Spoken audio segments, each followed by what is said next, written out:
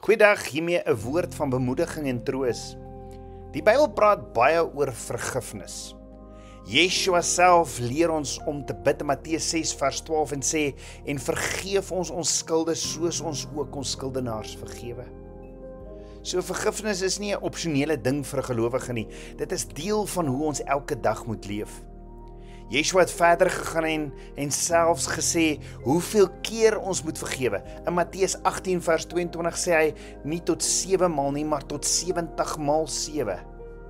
Hy leer ons dat vergifnis nie 'n getal is wat ons stel nie, maar 'n lewenshouding. Yeshua wil hê ons moet altyd 'n hart hê wat bereid is om te vergewe. Maar Yeshua sê nêrens jy moet altyd bly waar jy seer gemaak word nie. Hy sê nêrens jy moet selfvernietiging kies nie. Hy sê ook nêrens jy moet grensloos wees of jouself bly oopstel vir vernietiging nie. So vergifnis is 'n opdrag. Maar om te bly in 'n vernietigende verhouding is nie 'n opdrag nie. Hoor gou, Yeshua self het mense vergewe, maar hy het ook soms weggestap. Byvoorbeeld in Johannes 8 vers 59 sien ons hoe mense hom wou stenig. Hy het hulle nie nog 'n kans gegee nie. Hy het nie by hulle gebly om te probeer bewys dat hy eintlik goeie bedoelings het nie. Hy het weggestap vir veiligheid en wysheid. In Matteus 10 vers 14 leer hy selfs vir sy disippels om dorpe te verlaat wat hulle verwerp. Hy sê skud die stof van jou voete af. Dit beteken vergewe hulle, los hulle en gaan aan. In Markus 10 vers 21 tot 22 lees ons ook van die ryk jong heerser. Yeshua het hom lief gehad, maar toe die jong man nie bereid was om te verander nie, het Yeshua hom laat gaan. Vergifnis en grense is nie vyande nie, hulle werk saam. Vergifnis maak jou hart skoon. Grense beskerm jou. Vergifnis beteken ek hou niks teen jou nie. Grense beteken ek laat jou nie weer toe om my te breek nie. Vergifnis is iets wat intern plaasvind. Grense is iets wat ekstern is. Vergifnis bring vrede. Grens hou vrede. Yeshua leer vir ons 'n balans as sy heilige priesterdom. Hy leer dat ons altyd moet vergewe. Hy leer dat ons vry moet wees van bitterheid. Hy leer dat ons vyande moet seën soos in Matteus 5 vers 44.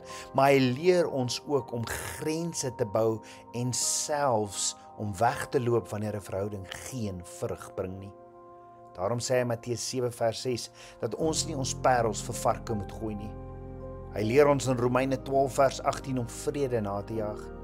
Maar hy sê nêrens ons moet verhoudings jaag wat ons roeping vernietig nie. Yeshua se woorde is duidelik 7 maal 70. Dit verwys na die hart, nie noodwendig na die verhouding nie. Abba Vader vra vir ons om altyd te vergewe, maar hy vra nie dat ons siel moet verloor om iemand anders te probeer red nie. Hoor gou, Yeshua het geweet wat die uiteinde van Judas se optrede sou wees. Hy het geweet Judas gaan hom verraai. Yeshua het Judas vergewe, maar hy het hom laat gaan.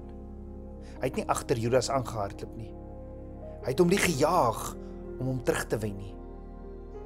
Yeshua het Judas gelos en Judas het sy eie pad gekies. Dit na Yeshua sy voete ook gewas het. Jy sien, vergifnis is dis nie 'n keuse vir die wat Yeshua volg nie, dit is 'n opdrag. Maar vergifnis beteken nie altyd versoening nie. Vergifnis beteken nie altyd jy moet in iemand se lewe bly nie. Vergifnis beteken nie jy moet jou weer laat seermaak nie. Nee, soms is die mees goddelike ding wat jy kan doen na jy iemand vergewe het om daardie verhouding te verlaat. Dit beteken nie jy is bitter of vol haat nie. Dit beteken nie jy kies wysheid. Dit beteken jy kies wysheid, veiligheid en gehoorsaamheid aan Abba Vader se vrede. So daar's tye wanneer Abba Vader skeiding toelaat, nie omdat daar geen liefde is nie, maar omdat daar geen ooreenstemming is nie. Amos 3 vers 3 sê loop 2 saam tensy hulle saamgestem het. So nie elke verhouding kan saam voortgaan nie. Nie elke mens wat jou pad kruis is bedoel om jou hele pad saam te stap nie. Ons dink soms dit is verkeerd of onbybels om afstand te skep, maar dit is nie so nie. Die ryk jong heerser in Markus 10 het ernstig na Yeshua toe gegaan vir ewige lewe. Yeshua het hom lief gehad, maar die man wou nie verander nie. Hy wou nie gehoorsaam wees nie. Hy het nie die uitnodiging aanvaar nie. Yeshua het hom nie gedwing nie. Hy het hom nie gejaag nie. Hy het hom nie teruggehou nie. Hy het hom laat gaan. En dit beteken jy kan iemand lief hê, jy kan iemand vergewe en jy kan nog steeds 'n verhouding laat gaan. Selfs Paulus en Barnabas het in Handelinge 15 vers 36 tot 40 'n skerp meningsverskil gehad. Beide was vol van die Gees, beide het Yeshua gedien, maar hulle sending het verskil en hulle moes skei. Dit was nie sonde nie, dit was Abba Vader se plan. Abba Vader het die skeiding gebruik om 2 sendingsveldtogte te laat ontstaan. So skeiding is dis nie altyd mislukking nie. Soms is dit vermenigvuldiging. Kind van die Allerhoogste, as 'n ratelslang jou bly byt, loop weg, want dit gaan jou doodmaak. Wanneer iemand giftig is en jou afbreek, bevry hulle. Want in Spreuke 4 vers 23 sê Abba Vader, bewaak jou hart meer as alles wat bewaar moet word. Jy sien, vergifnis maak jou hart skoon, maar grense beskerm jou hart daarna. Vergifnis is vinnig.